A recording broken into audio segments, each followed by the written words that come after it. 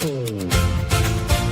up, East Texas, the news is here. your hometown, Your stories, every day. the 936 Independent, Local. essential. And good morning. Welcome to another edition of the 936 for Monday, August the 10th. As I stumbled through that, we've got a lot to talk about this morning, including a new city attorney in Lufkin, new rules for short-term rentals in Angelina County, and an Angelina County burn ban, a planning and zoning meeting tonight, and another hot week of ahead, and some high school football as we get into the next week. But first, the 936, let's prop this up here right quick. The 936 brief is brought to you by Commercial Bank of Texas.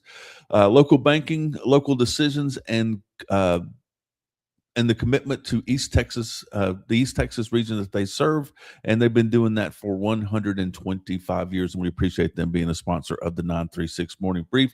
The 936 Morning Print Edition is delivered to more than 26,000 homes across Angelina and Nacogdoches counties, with our social media reaching more than 350,000 visitors a month. And the 936 is updated daily with news and information you need to know right here in the region we all love. Independent, local, and essential. That is the 936. Now let's get into your morning headlines this morning, and let's talk about who brings us that. And the headlines are brought to you by Lufkin Jewelry on the Square, your hometown jeweler for the moments, milestones, and memories that matter.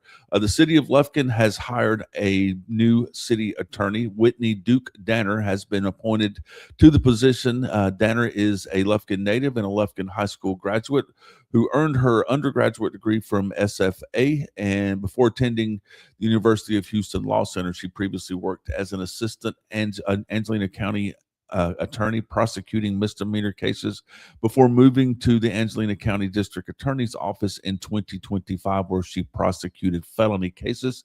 Danner said she is honored to have the opportunity to serve the community that has raised her. The city of Lufkin also put its short-term rental registration and complaint system into place. Owners operating short-term rentals with the city are required to register their properties, and residents now have access to a 24-hour system for reporting complaints involving those rentals. This system is part of the city's new implementation of its short-term rental ordinance and provides residents with both a hotline and online option for filing complaints. And if you haven't heard yet, Angelina County is under a burn ban. County Judge Keith Wright issued the order Friday prohibiting outdoor burning throughout Angelina County, including within the city of Lufkin, during the initial 7-day period. That includes burning that would normally be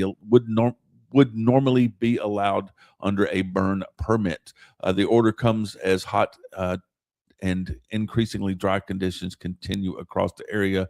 And looking ahead to tonight, the City of Lufkin Planning and Zoning Commission will consider 2 residential rezoning requests when it meets this evening. One request involves a property on Inglewood Drive, while the other involves a property along Lotus Lane. We'll be following tonight's meeting, and we'll have the update on what happens. You can read this and more stories at the 936.com. Sorry, I'm having a little trouble reading this morning. Now let's take a look at your weather, which we were talking about is kind of a concern right now. Your 5-day forecast is brought to you by Abel's Gaslight Pharmacy, locally owned, locally trusted, taking care of East Texas families for generations. There's at least a little hope for some rain today before the heat really begins to build this week. Today we'll see a high of 91, low of 73 with 35% chance of rain, although it's nice and sunny outside right now. Tomorrow, high of 95, low of 76 with a 30% chance of rain. Wednesday, we'll see a high of 98, low of 77 with a 15% chance of rain. Thursday, a high of 100 degrees with a low of 76 with no rain expected. And Friday, we'll see 99 and a low of 76 with a 25% chance of rain. So whatever rain we can get early in the week, because we need to enjoy it, because by Thursday we could be looking at triple-digit temperatures again. And with the burn ban in effect and another stretch of dangerous summer heating over Angelina County, remember to check on those people around you. Stay hydrated, limit strenuous outdoor activity during the hottest part of the day. Check on elderly family members and neighbors, and make sure if you've got outdoor pets, they've got plenty of fresh water and access to shade. And we'll have more information on staying safe. We've got more information on staying safe from the heat at the936.com. Let's take a look at some sports, and sports are brought to you by Carpets by Curiosity, helping East Texas homes and businesses look their best from the floor up. And you know what time it is? High school football is almost back. Teams across East Texas are getting into preseason workouts as we move closer to opening night. And we'll be keeping a close eye on 3 teams this season: Lufkin, Diboll, and Huntington. The Lufkin Panthers under Coach Carl Absek are coming off an 8-4 season and another trip to the playoff. The Panthers are scheduled for a scrimmage against Huntsville on the 22nd, and before opening the regular season August 28th against longtime rival Longview at Abe Martin Stadium. And Lufkin fans will have plenty of opportunities to see the Panthers early. The Lufkin opens the season with 4 straight home games at Abe Martin Stadium. Down Highway 59, expectations are high for the Diboll Lumberjacks. Diboll has been picked to finish 3rd in District 9A and features a preseason defensive MVP, Trey McMiller, at linebacker. The Lumberjacks open their season on August 28th on the road against Troop.